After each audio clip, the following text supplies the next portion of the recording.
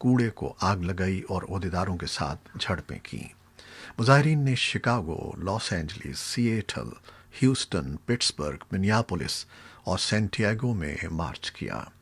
ووٹوں کی گنتی کا مطالبہ کرنے والے مظاہرین نے نسلی عدم مساوات کی جانب توجہ دلائی، جو امریکہ میں اس سال متعدد مظاہروں کا موضوع رہا ہے۔ اوریگن میں گورنر کیٹ براؤن نے نیشنل گارڈز کو فعال کیا اور پورٹلینڈ میں پولیس نے گرفتاریاں بھی کیں۔ امریکہ کے حکام نے کہا ہے کہ 3 نومبر کو ہونے والے صدارتی انتخابات میں کسی غیر ملکی مداخلت کے شواہد نہیں ملے ہیں۔ سیکورٹی حکام کے بقول امریکہ کے مخالف کسی بھی ملک کی جانب سے صدارتی انتخابات میں مداخلت کی نشاندہی نہیں ہوئی ہے۔ امریکہ کی cyber security and infrastructure agency کے سربراہ کرسٹوفر کرپس نے بدھ کی شب جاری اپنے ایک بیان میں کہا ہے کہ ہمارے پاس اس بات کا کوئی ثبوت نہیں ہے کہ کسی غیر ملک دشمن نے امریکیوں کو ووٹ ڈالنے یا ووٹوں کی گنتی پر اثر انداز ہونے کی کوشش کی ہو۔ اس نوعیت کی یقین دہانی 3 نومبر کو پولنگ ختم ہونے کے بعد بھی سیکورٹی حکام نے کرائی تھی۔ انتخابات سے ایک ہفتے قبل امریکی حکام نے بتایا تھا کہ ایران اور روس نے ان کمپیوٹرز تک رسائی حاصل کرنے کی کوشش کی تھی جو ووٹرز کو ووٹرز رجسٹریشن ڈیٹا بیس کے ساتھ منسلک کرتے ہیں۔ حکام کا کہنا تھا کہ کچھ ایرانی ہیکرز نے ایک کمپیوٹر تک رسائی حاصل کر کے غلط فہمیاں پھیلانے کی کوشش کی، تاہم فوری طور پر اس کی نشاندہی کر کے اسے بند کر دیا گیا، لہذا اس کا الیکشن پر کوئی اثر نہیں پڑا۔ ایران کی وزارت خارجہ نے امریکی الزامات کو بے بنیاد قرار دیتے ہوئے سوئٹزرلینڈ کے سفیر کو طلب کیا تھا، جو ایران اور امریکہ میں سفارتی تعلقات موجود نہ ہونے کے باعث ایران میں امریکہ کی ترجمانی کرتے ہیں۔ امریکہ میں ہونے والے صدارتی انتخابات پر پوری دنیا کی نظریں لگی ہوئی ہیں۔ ابھی تک کسی بھی امیدوار کے حق میں کوئی حتمی نتیجہ سامنے نہیں آیا ہے، تاہم پاکستان میں گزشتہ 40 سال سے قیام پذیر تقریباً 30 لاکھ افغان مہاجرین کا کہنا ہے کہ انہیں اس بات سے کوئی غرض نہیں ہے کہ کون امریکہ کا اگلا صدر منتخب ہوتا ہے۔ اسلام آباد میں مقیم افغان مہاجرین کا کہنا ہے کہ وہ چاہتے ہیں کہ جو بھی منصب صدارت سنبھالے وہ رواں سال فروری میں کیے جانے والے دوحہ معاہدے کی پاسداری رکھے اور افغانستان میں قیام امن کے حوالے سے اپنی کوششیں تیز کرے۔ یاد رہے کہ پاکستان کے دفتر خارجہ کے ترجمان نے عرب نیوز کو بتایا تھا کہ پاکستان امریکہ کے صدارتی انتخاب میں جو بھی امیدوار جیتے گا، اسلام آباد اس کے ساتھ کام کرنے کا منتظر ہے۔ افغان تجزیہ کاروں کا خیال ہے کہ امریکہ کے صدارتی انتخاب کے نتائج کا افغان امن عمل پر اثر مرتب ہوگا۔ تجزیہ کاروں کا کہنا ہے کہ اگر صدر ٹرمپ کامیاب ہوتے ہیں تو ان کے خصوصی نمائندے زلمے خلیل زاد افغانستان میں قیام امن کی کوششوں کو جاری رکھیں گے، لیکن اگر ان کے مد مقابل جو بائیڈن کامیاب ہوتے ہیں تو پھر افغانستان کے امن عمل کے لیے نئی پالیسی کی تشکیل میں وقت لگے گا۔ سرکاری ذرائع کا کہنا ہے کہ افغان حکومت صدارتی انتخاب کے حتمی سرکاری نتائج کے اعلان سے قبل اس بارے میں کوئی تبصرہ نہیں کرے گی۔ دوسری طرف ایران کے سپریم لیڈر آیت اللہ خامنہ ای نے کہا ہے کہ امریکہ کے صدارتی انتخابات کے نتائج تہران کی واشنگٹن پالیسی پر اثر انداز نہیں ہوں گے۔ ان کے بقول ایران کی پالیسی واضح ہے اور اس پر کسی فرد کے آنے یا جانے سے کوئی فرق نہیں پڑے گا۔ یاد رہے کہ امریکہ کے صدر ڈونلڈ ٹرمپ نے مئی سن 2018 میں ایران جوہری معاہدے سے الگ ہونے کے بعد ایران پر تعزیرات دوبارہ عائد کر دی تھیں۔ اور اب پاکستان سے ملنے والی کچھ رپورٹیں۔ بیجنگ نے کہا ہے کہ چین پاکستان راہداری یعنی سی پیک کے منصوبے میں نمایاں پیش رفت ہو چکی ہے اور 7 سال قبل شروع ہونے والے سی پیک منصوبوں کے تحت پاکستان میں $25 ارب کی براہ راست سرمایہ کاری ہو چکی ہے۔ چین کی وزارت خارجہ کے ترجمان وانگ وین ین نے کہا ہے کہ سی پیک کے پہلے مرحلے میں ان کے بقول توانائی اور بنیادی ڈھانچے کے منصوبے مکمل ہو چکے ہیں، جن کی وجہ سے مقامی طور پر روزگار کے 70,000 مواقع پیدا ہوئے ہیں۔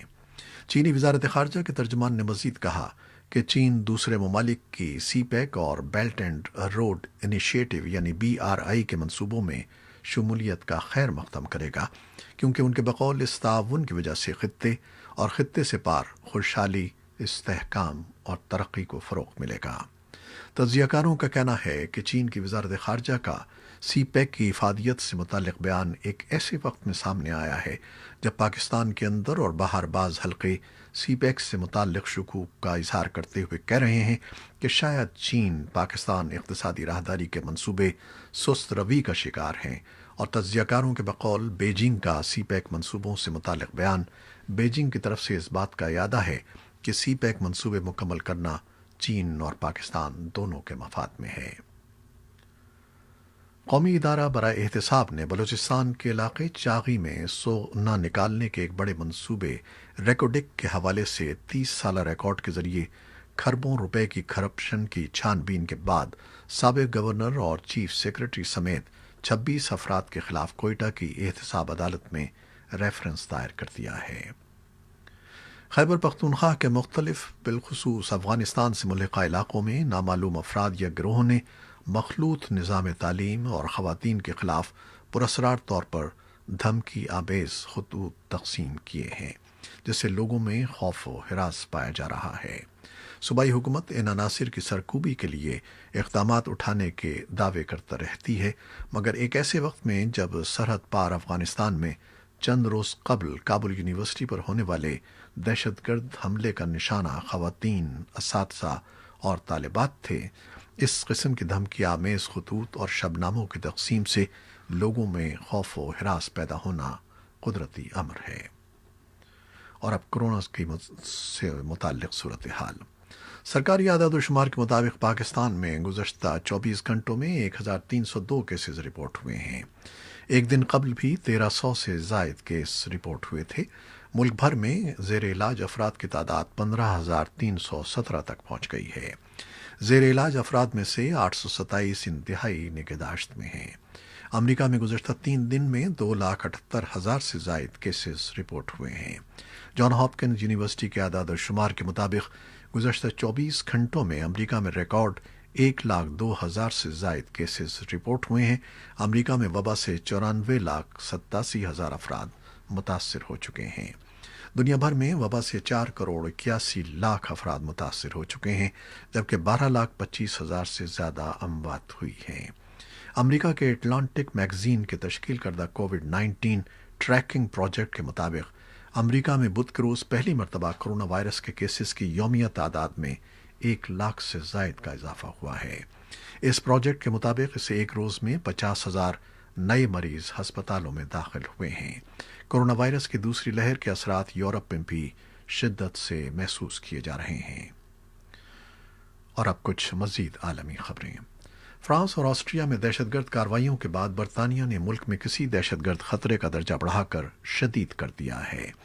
یورپی لیڈروں نے ان حملوں کے تناظر میں یکجہتی پر زور دیا ہے۔ برطانوی وزیر داخلہ پریتی پٹیل نے منگل کے روز ایک پریس کانفرنس میں انتباہ کا درجہ بلند کرنے کا اعلان کیا ہے۔ داخلی امور سے متعلق برطانیہ کی انٹیلیجنس ایجنسی MI5 کے مطابق چوتھے درجے کے انتباہ سے مراد یہ ہے کہ کسی دہشت گرد حملے کے خطرے کا امکان بہت زیادہ ہے۔ برطانیہ میں انتباہ کے 5 درجوں میں سے یہ چوتھے درجے کا انتباہ ہے۔ یورپی لیڈروں نے ان حملوں کے تناظر میں یکجہتی پر زور دیا ہے۔ یہ تھیں وہ خبریں جو فیس بک لائیو پر ہم نے آپ کے لیے پیش کی۔ ہماری ویب سائٹ اور یوٹیوب پر یہ بلیٹن پوسٹ کر دیا جاتا ہے، جسے آپ بعد میں بھی دیکھ سکتے ہیں۔ خالد حمید کو اب اجازت دیجیے گا۔ اللہ حافظ۔